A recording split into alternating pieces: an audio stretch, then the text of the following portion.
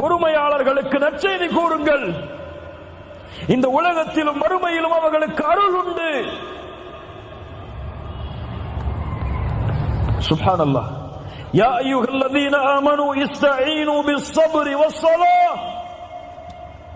பொறுமையை கொண்டும் தொழுகையை கொண்டும் உதவி தேடுங்கள்.